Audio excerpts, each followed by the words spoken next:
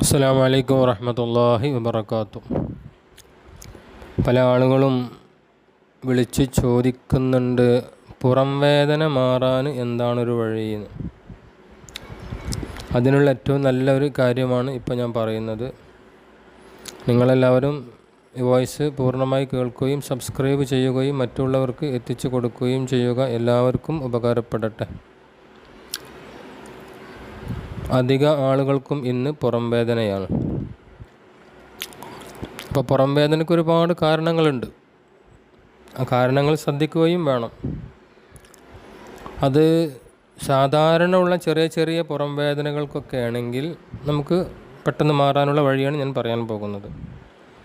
ചില ആളുകൾക്ക് ഡിസ്ക്, അതുപോലെ നട്ടെല്ല്, ഞരമ്പ് അങ്ങനെയുള്ള വേദനകൾ ഉണ്ടാകും.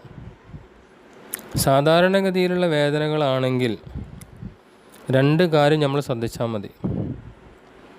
ഒന്ന്,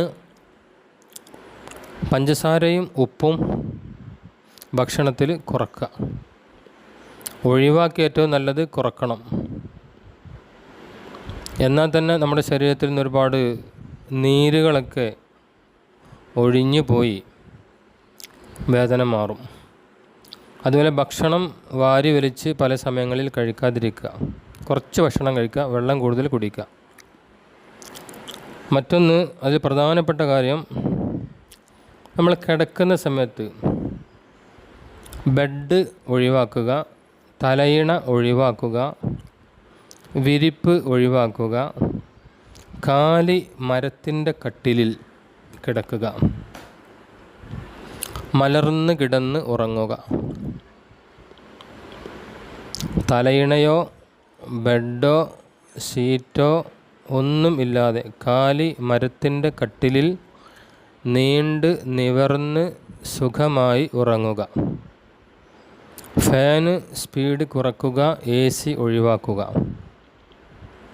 ആത്മാർത്ഥതയോടുകൂടി യാ അലീമു യാ അല്ലാ, യാ അലീമു യാ അല്ലാ, യാ അലീമു യാ അല്ലാ എന്നൊരു 101 തവണ പറഞ്ഞ് വെള്ളത്തിൽ ഊതിയ വെള്ളവും കുടിക്കുക. ഈ നേരത്തെ പറഞ്ഞ കാര്യവും ചെയ്യുക. എന്നാൽ സാധാരണ രീതിയിലുള്ള ചെറിയ ചെറിയ പുറം വേദനകളൊക്കെ അതുകൊണ്ട് തന്നെ ഷിഫയാകും.